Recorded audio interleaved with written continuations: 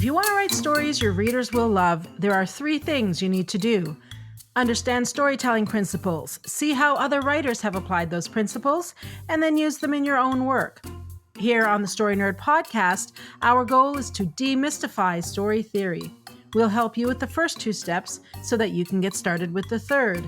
My name is Valerie Francis. I'm a writer and literary editor, and I focus on stories by, for, and about women. And I'm Melanie Hill, writer, editor, and poet, and I have a passion for spy stories, fairy tales, and master detective novels. On today's episode, Melanie pitched Star Wars Episode 7, The Force Awakens, so that we can study resonance. This 2014 film was directed by J.J. Abrams from a screenplay by Lawrence Kasdan, J.J. Abrams, and Michael Arndt. And it's based on, of course, the original story by George Lucas. Of course, there will be spoilers because we can't talk about the movie without talking about the movie. And as always, we would love it if you could give the show a rating and review. For Apple Podcast listeners, you can do it right from your phone. Simply go to the show's landing page, scroll to the bottom, click the stars. It's that simple. I like 5 stars personally, but you can click however many you want. All right, Melanie, what do you have for the genre of the movie today? Well, I think this one's pretty straightforward. So I had for the global genre action duel hunted because the villain is chasing the protagonists in this movie. And then I had for the secondary genre a worldview education, and I focused mainly on Rey's story arc. So I had that because she moves from a meaningless life to a meaningful life. What did you have? I also have action stories, the global genre, and I also picked worldview as the secondary genre. And yeah, I'm focusing on Rey because she is the protagonist. And I totally see where you're coming from with education. There might also be an argument there for revelation. Yeah, I think, and it covers off I thought it covered off on most of the types of internal worldview stories that you could have, and you could have picked any of them, and I think you'd be fairly, you wouldn't be too far off the mark with that. All right, so this is, I love a good Star Wars story. And there is a very good reason why I have chosen this movie this week. And it's probably pretty obvious, right? But because we've looked at Aliens as a sequel to the movie Alien, and now we're going to look at the 7th movie in a series of 9. So The Force Awakens has 2 other movies to compare to. Now, and I say that because this is the first of the final trilogy. So there's 3 trilogies in this series.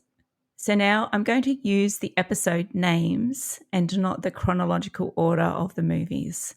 So as I mentioned, The Force Awakens is preceded by 2 first movies in trilogies. And by this I do mean episode 1, The Phantom Menace, and episode 4, A New Hope. Now, these 3 movies use resonance between them, and most of it is done via the costumes, the music, the setting, but also the situations faced by the protagonists. In all 3 trilogies, the protagonists are facing an existential crisis about autocratic and democratic rule. Now, I find the resonance in these movies fascinating, but not because of what does work, but because of what doesn't work.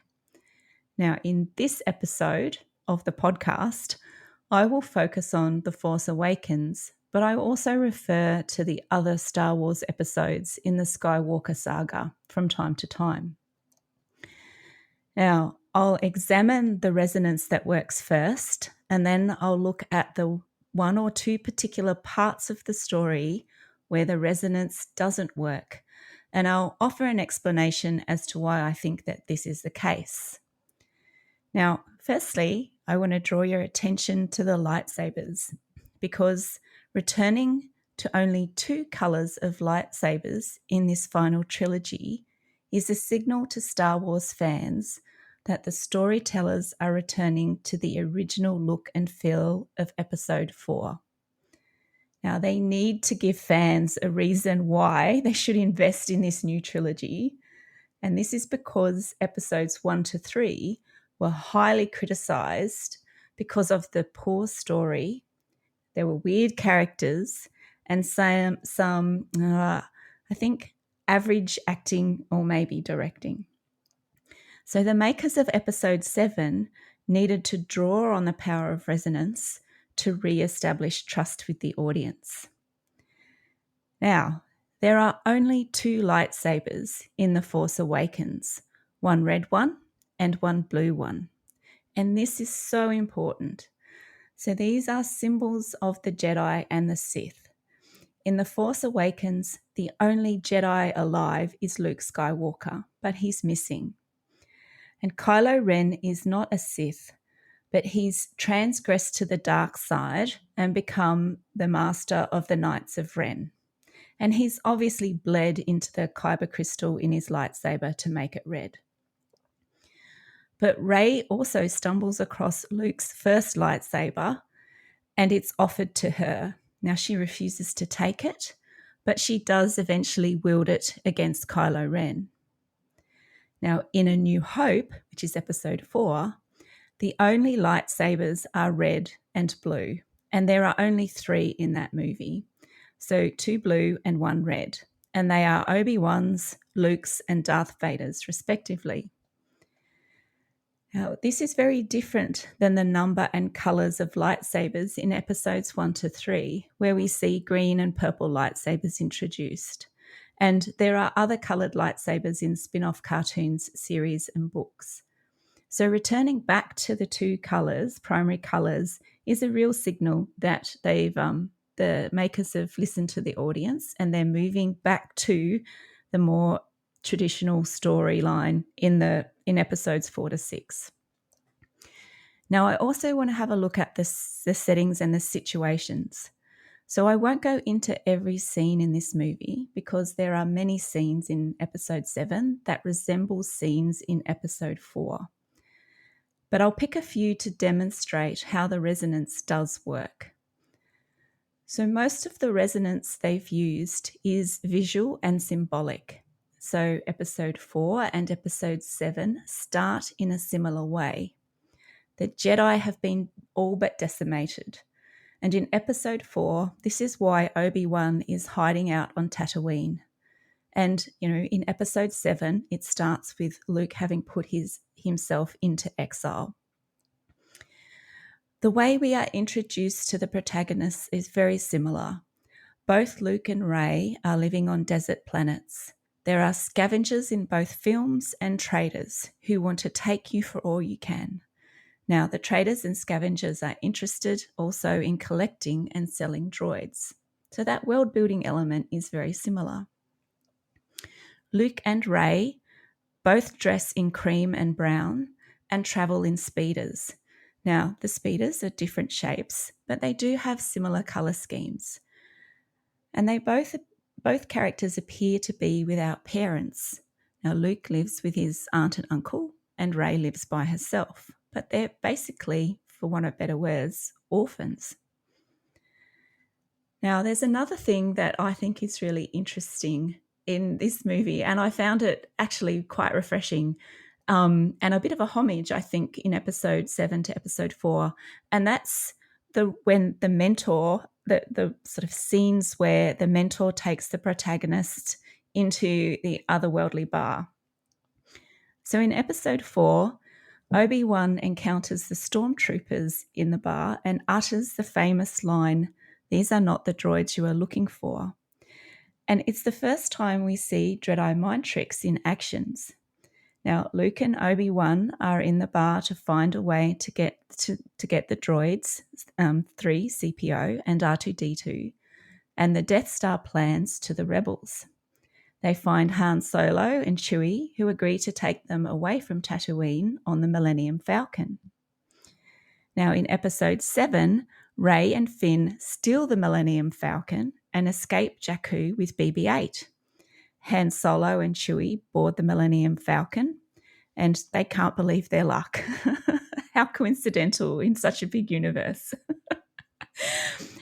Han takes Rey and Finn to the planet Takodana to meet with Cantina owner Maz. And they're doing that to help get the droid BB-8 and the map to the map of where to find Luke back to the Resistance. So there's a lot of similarities, even if it's done in reverse. And having the same characters there is in Han and Chewie is also something that, it rang true from the original movie into this movie. And I thought that was a very, very clever use of resonance. So the spaceships in these movies are very important.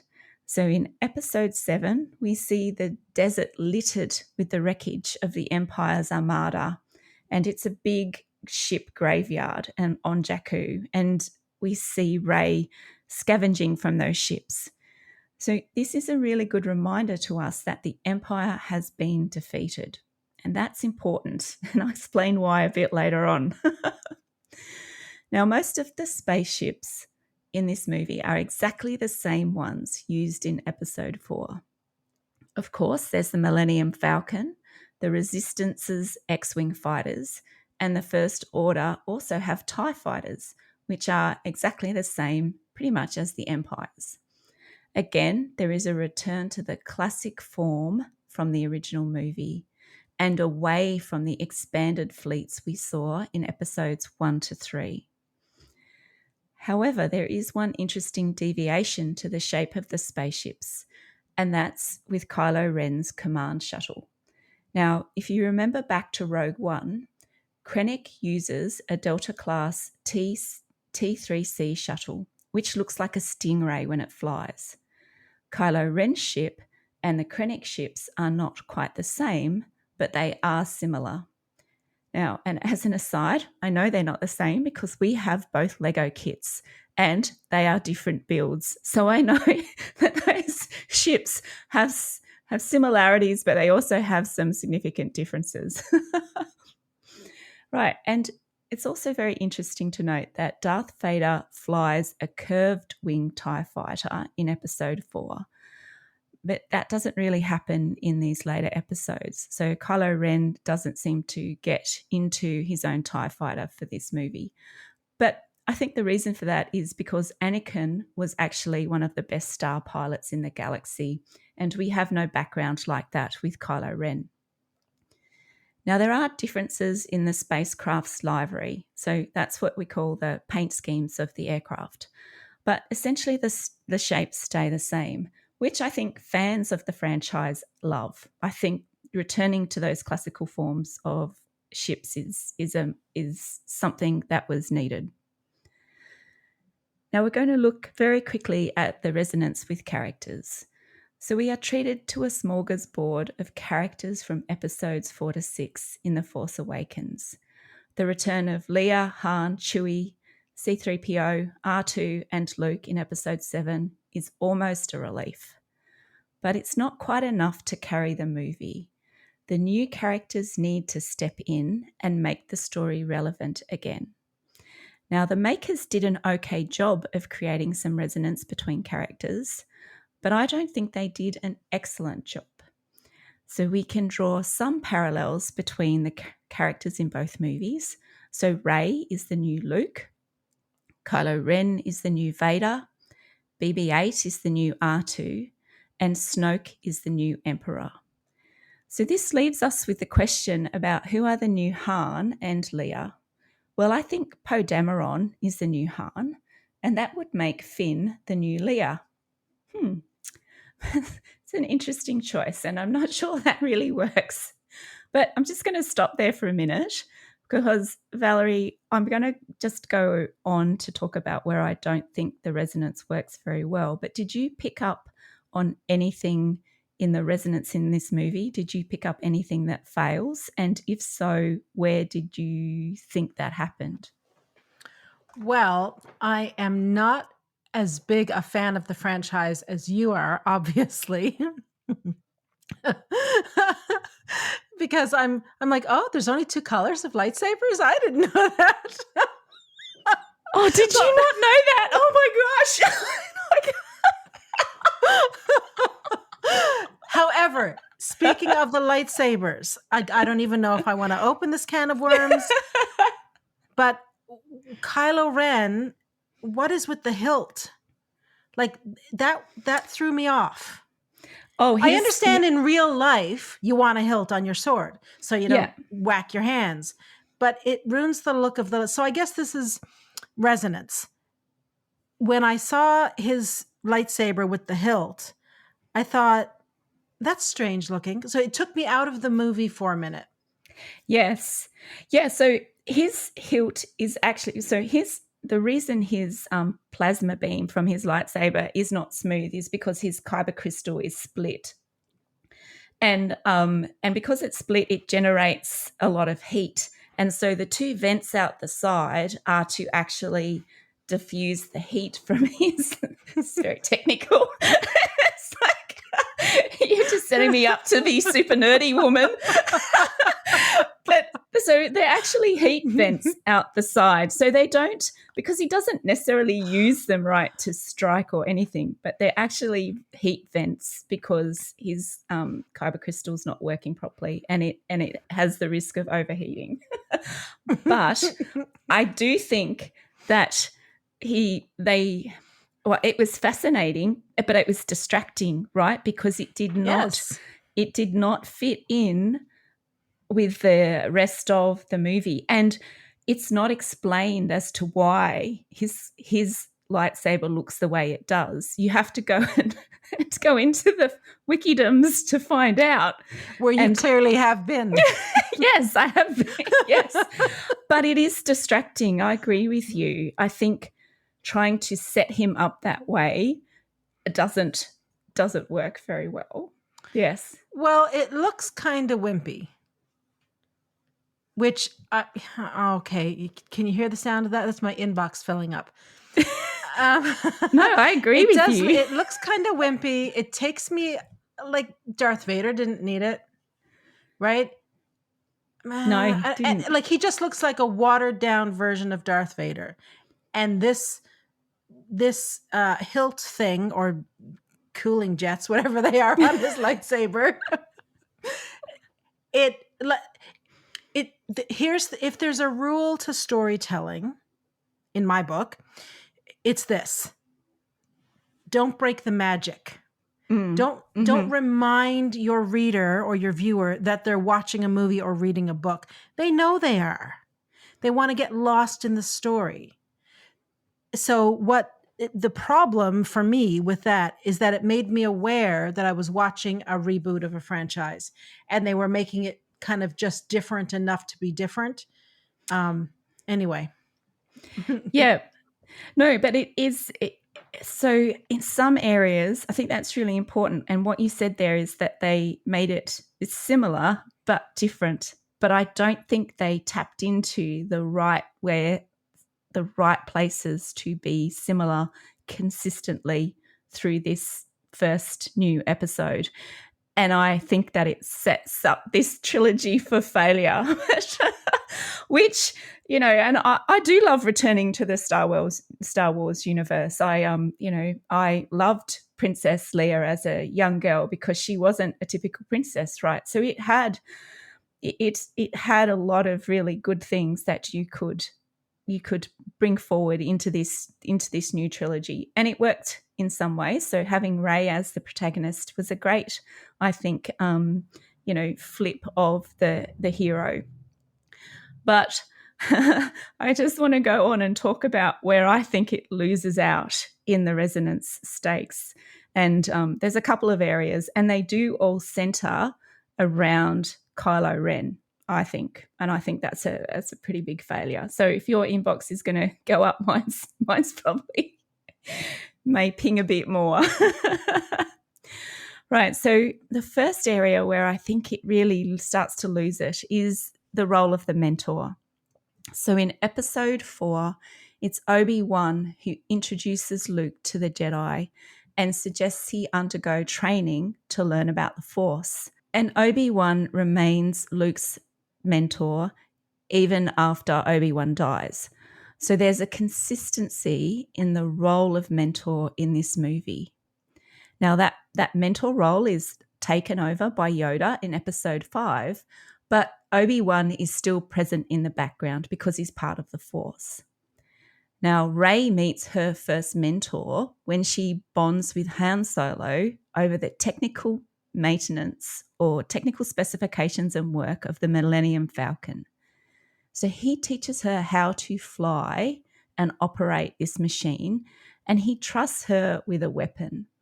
So this is really big moments for Rey because she hasn't had this in her life up to this point. But then Han is killed by Ren, and he's gone. There's no more mentor. But then Kylo Ren tries to convince Rey that he can show her the ways of the Force while they have a lightsaber duel in the forest of the failing Starkiller weapon/planet. Now, this seems too soon for me.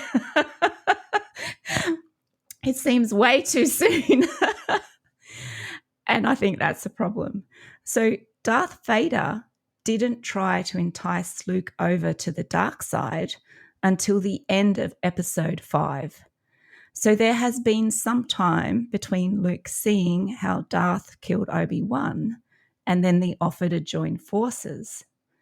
Now Rey, on the other hand, witnesses Ren killing the only father figure she's known, and then 20 minutes later, he's telling her that he could teach her the ways of the Force.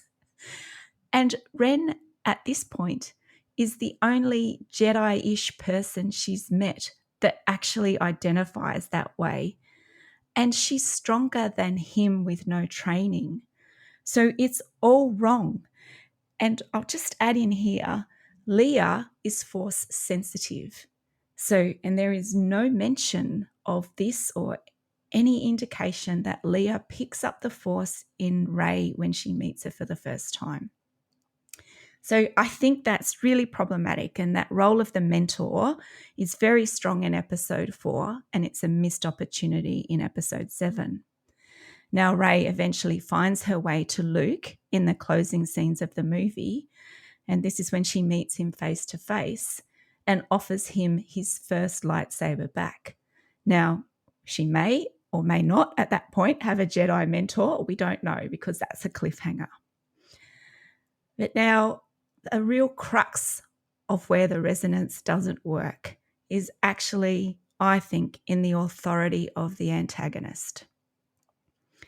So we don't question Darth Vader's authority in episode 4. Grand Moff Tarkin has faith in him, and anyone in the Imperial Army who questions Darth's authority is summarily dealt with. The only possible chink in his armour that we see on screen is when he senses Obi-Wan again. Now, we don't see any of Darth Vader's weakness in episode 4, but the seeds of his redemption are sown. And that is when we see Obi-Wan tell Luke about Darth Vader killing Anakin Skywalker. But it's not until episode 5 in The Empire Strikes Back that we see the conflict in Darth Vader. This is realised when Darth Vader tries to convince Luke to join him on the dark side so that they can overthrow the Emperor. But we don't see Vader's faith in the dark side waver until episode 6, so the final episode in that trilogy. Kylo Ren, however, does not have such faith in the dark side, or if he does, it's not convincing. And there are a number of reasons for this. If anyone has ever had to deal with a petulant teenager rebelling against their parents, then you would recognise Kylo Ren's behaviour. It's juvenile. His temper tantrums do not give him the gravitas of a villain in this movie, and it should have a villain that has gravitas. So Kylo Ren's background is not mysterious. We learn very quickly that he is the son of Leia and Han and the nephew of Luke.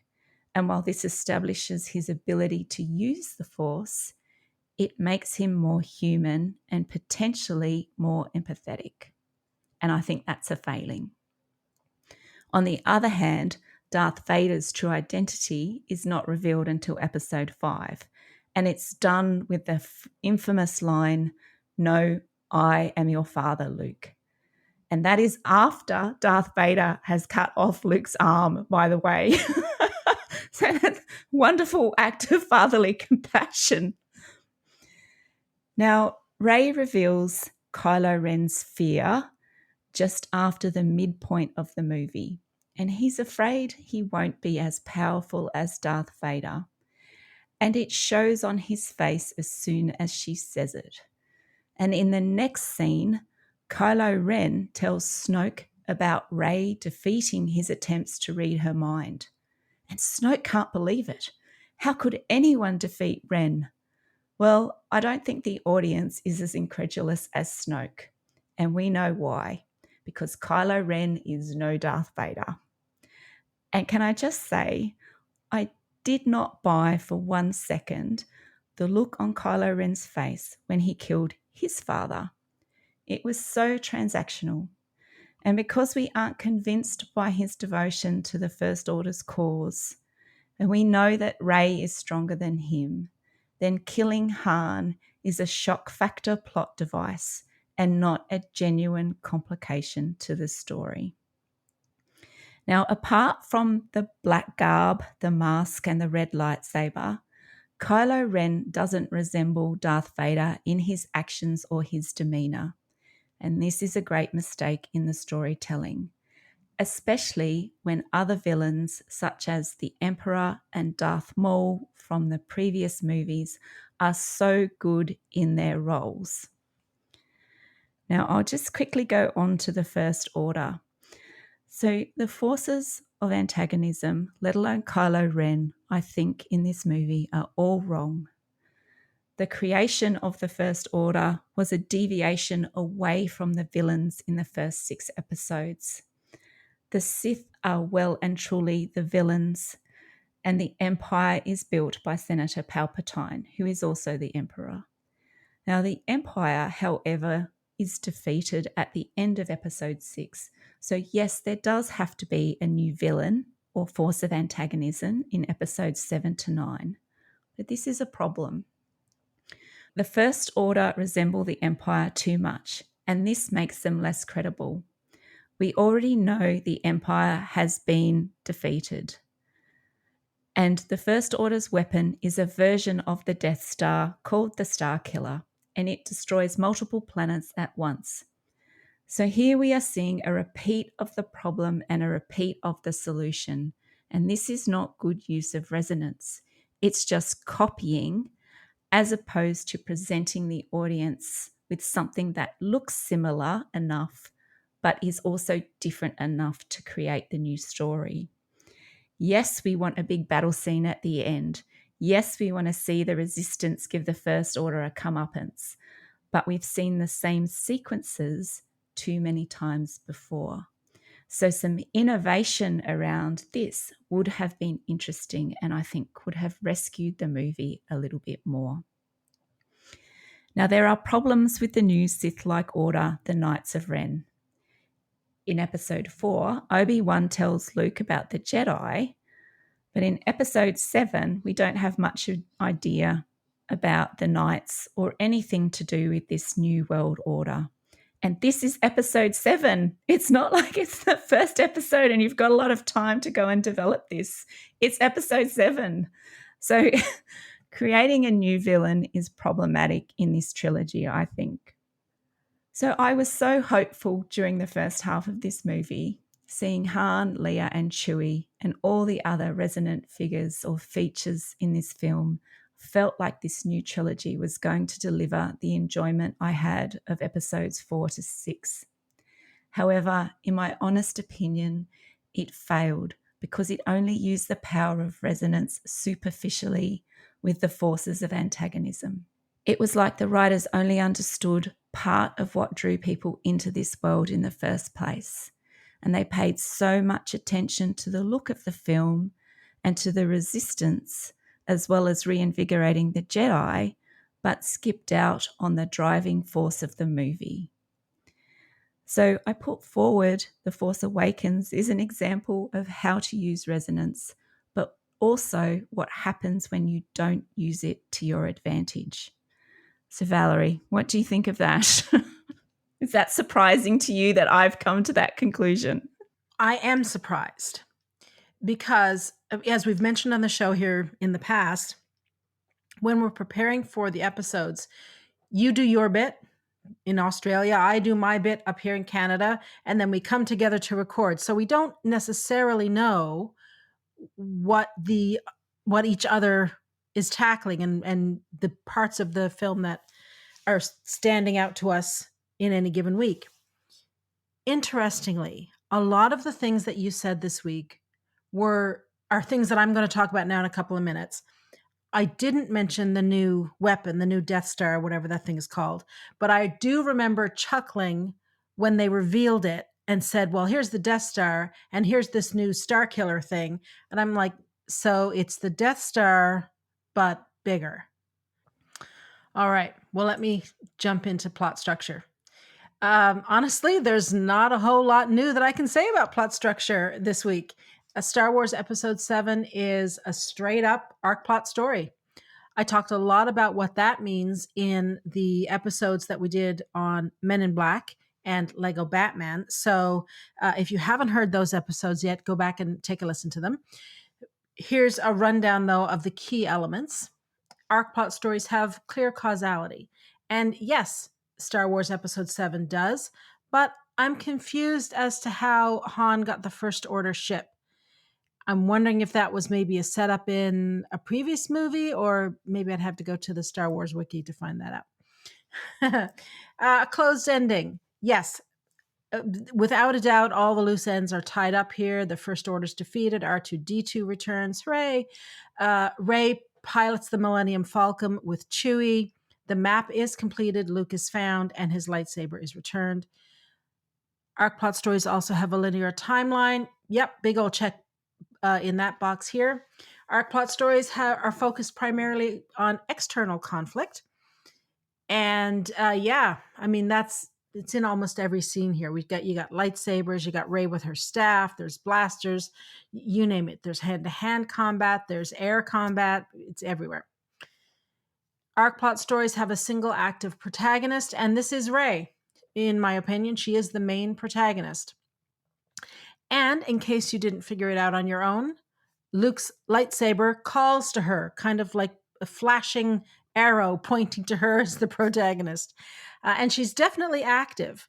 Here's just one example. I mean, there's tons of them. She tends to be the leader and Finn tends to follow her. But in just the first scene with the Millennium Falcon, here is what Rey is doing, all the active things that she's doing. It's her idea to steal the ship in the first place, and then she's the one who pilots it. When something breaks on the ship, she jumps up and she jumps in to fix it. She's the one who tells Han that they need his help. She comes up with the idea to close the blast doors, although it doesn't work at first. At least she has an idea. She actively pursues the monster to save Finn, and she jumps into the co-pilot seat and helps Han get them out of the situation. Now, contrast this to Finn, who, quote, has the eyes of a man who wants to run. And run he does. First, from the First Order in Act 1, and then in Act 2, he's running from them again, this time leaving Rey behind. Now, he does come back, of course, when he sees what's going on, but his gut instinct is to run away. He'll do anything to escape the First Order, even lie to Rey and leave her on Takodana. And he even says that he's not a hero. So you said earlier that he would be the new Leia? Nope, don't think so. That is totally the opposite of everything Princess Leia. Yeah, it doesn't work, does it? I don't think they've missed that opportunity there as well. So it's interesting alignment of how they've done that. So I'm glad you picked up on that too. Yay. I'm passing Star Wars. Yay. I feel like there's a real bar here if I'm going to stay in this conversation with you. Okay, so archplot stories also have a consistent reality. Now, Melanie, you correct me if I'm wrong here, but to me, there is certainly consistent reality within this particular film.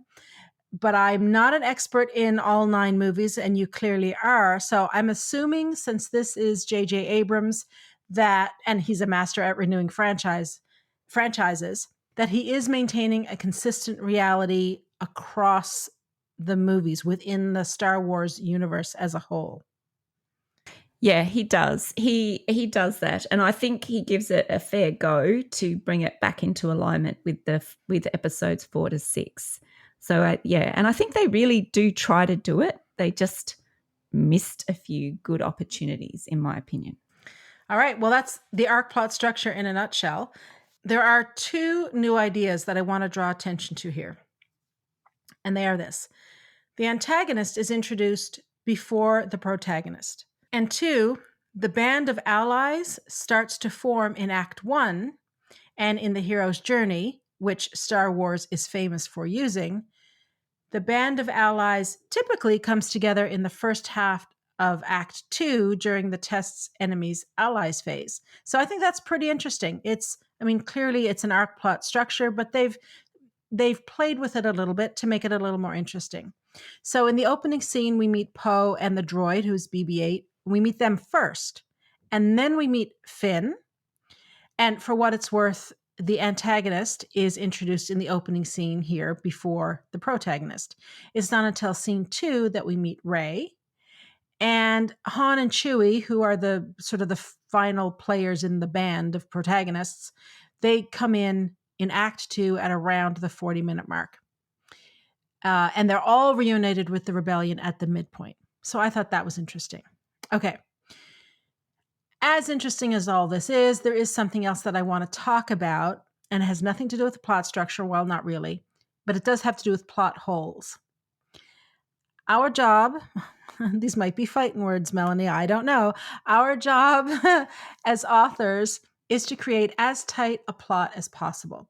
Now, no one's perfect, of course, but if there are obvious gaping plot holes, the reader is going to cry foul, and the reader should cry foul, frankly. This is part of what an editor does.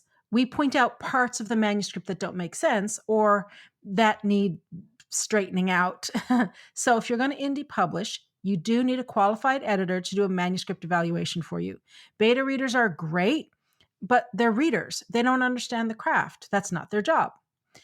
And if something is wonky with your book, they won't be able to help you fix it. Now, if you want to publish the traditional route, then you'll have your agent, certainly, and the acquisitions editor to help you with these things. But to get an agent in the first place, you got to submit a really strong manuscript. And part of that means that there aren't any gaping plot holes. The litmus test, as far as I'm concerned, is this. If a reader or viewer sees holes on one reading or viewing, it's a fail. However, if we only discover these holes when we sit down and analyze the book or the film, or we go through the story, 10 or more times, I'm willing to give that a pass. I have to say, I'm a bit disappointed by some of the holes I saw in this movie. I hope we can still be friends after this, Melanie. This is a major Hollywood franchise. And yes, it's true that many people contribute to the making of a film. So the holes that I saw may or may not even have been in the original screenplay. I have no idea. But they are in the final film. And here's just a couple. As a stormtrooper, Finn is on the killing mission in the opening scene. But later he tells Han that his job was in sanitation. All right. So if the First Order needs its janitors to be soldiers, then is this really that much of a threat? It would mean that the First Order isn't particularly well organized, and that's kind of hard to believe, I think. We don't want a toothless antagonist in an action story. Either that or it's just a mistake. It's like if Han had said that kind of a line, we would know Han was telling a joke because that's Han's character. Finn is not a funny guy. He's just not a funny guy. He's not going to tell a joke. Also, when Han and Chewie board the Millennium Falcon for the first time, Finn says that the ship that has locked onto them is the First Order. And I touched on this a minute ago. But it turns out to be Han and Chewie. So, what are they doing with the First Order ship? What is that all about? Of all of the ships that they could have commandeered, they have a First Order ship, and the First Order hasn't mentioned it. They are very concerned about losing Finn, who either is just one soldier or a janitor, but they're not concerned about losing a whole ship to a rebellion general? Is it just me? And again, maybe this is explained somewhere else in the franchise, and it might make total sense to super fans. That's what happens in these kinds of series, right? And you kind of have to set it up for the people who don't know. This is where the effective use of exposition comes in. Now, here we're back to the lightsabers, Melanie. And in the end, or near the end, the big lightsaber fight between Kyloren and Finn, well, Kylo Ren says that the lightsaber is his when we know it's Luke's. Now, maybe it was established in a previous film that Luke gave it to Kylo Ren. If that's the case, why would Kylo Ren want it now? It's from his old life, the life that he's been trying to shake off. Now, this is one point that Melanie did give me a note on. Melanie, did you want to jump in and explain what you told me? Yeah, sure. So it's actually, you're right, it's Luke's first lightsaber, but he was given that lightsaber from Obi-Wan because it was Anakin's. And so that happens in episode 4. So Anakin obviously changed to Darth Vader. And so I took it as when Kylo Ren said, "That's mine," he was, acting like a petulant child and someone who covets things from Darth Vader. And that's why he says it's mine, because he thinks he's entitled to it. But that's a lot of like layering, right? That's a lot of history that you need to know to understand that. And like you said, if you don't know the history of that lightsaber, it's very hard to understand why he would want it, because it's a Jedi lightsaber. It's not a Sith lightsaber. So it's even when you know the reason, it's still clunky. But having said that, the Sith would take the Jedi's lightsabers and make the kyber crystals bleed, and that's why the plasma beam turned from blue to red. Anyway, I won't go on about lightsabers. But that's why he says that. I think that's why he says it's mine. That's an awful lot of assumptions. And like you said, he sounds like a spoiled little brat. And this is not an effective antagonist. I'm not afraid of Kylo Ren, and I was good and afraid of Darth Vader, I'll tell you that. Yep. It's a problem. Here's another thing about this whole lightsaber fight. Kylo Ren calls Finn a traitor. Well, that's a bit rich, don't you think? Does Kylo Ren really lack this basic level of self-awareness? If so, he's not that great of an antagonist. It's kind of a two-dimensional antagonist. I don't know. Like I said, he doesn't scare me. When Kylo Ren disarms Finn, why doesn't he just go pick up the lightsaber? I know. They want to have a scene showing him use the Force. I get it. I think it's supposed to be visually interesting, although really I find it very funny because you have Adam Driver, who's a great actor, and what do they give him to do? Just stand there with his hand stuck out, shaking his hand, trying to look all intense. Adam Driver can do a lot more than that. But logically, it doesn't make any sense. He is a couple of steps away from it. It makes Kylo Ren look pretty dumb. He's a couple of steps away from this lightsaber he wanted. He could take a couple of steps, pick it up out of the snow. He already knows that Rey is a Jedi with powers greater than she knows and greater than him, frankly. And the audience already knows that she's not dead and that she's going to step in and save the day. It's a scene we've seen 1,000 times before. I know we're supposed to ooh and ah over Rey's ability to use the Force, but is it really that impressive? Really? Now, if Kylo Ren was holding the lightsaber in his hand and Rey was still able to get it from him using the Force, oh, now that would be impressive. Melanie, what do you have for the action step today? All right, the action step for today. So if you have a series you have read or are reading, identify the common elements that are repeated. Look for the parts of the story that resonate through the whole series. So I'm really asking you to note and see where resonance is used. and then use that in your own stories if you're writing a series. All right, well, that wraps it up for this week. Join us again next week when we discuss When Harry Met Sally. To support the show, please leave us a rating and review and tell your writer friends about us. For access to writing templates and worksheets and more than 70 hours of training, subscribe to my Inner Circle by visiting valeriefrancis.ca/Inner Circle and follow me on Twitter and Instagram at Valerie_Francis. If you'd like to find out about books to help you read like a writer, visit Melanie on Facebook and Instagram under Melanie Hill Author, or find out more about her at melaniehill.com.au. And remember, story theory doesn't have to be difficult. It's a tool to help you write more, not less. So take it one step at a time and have fun.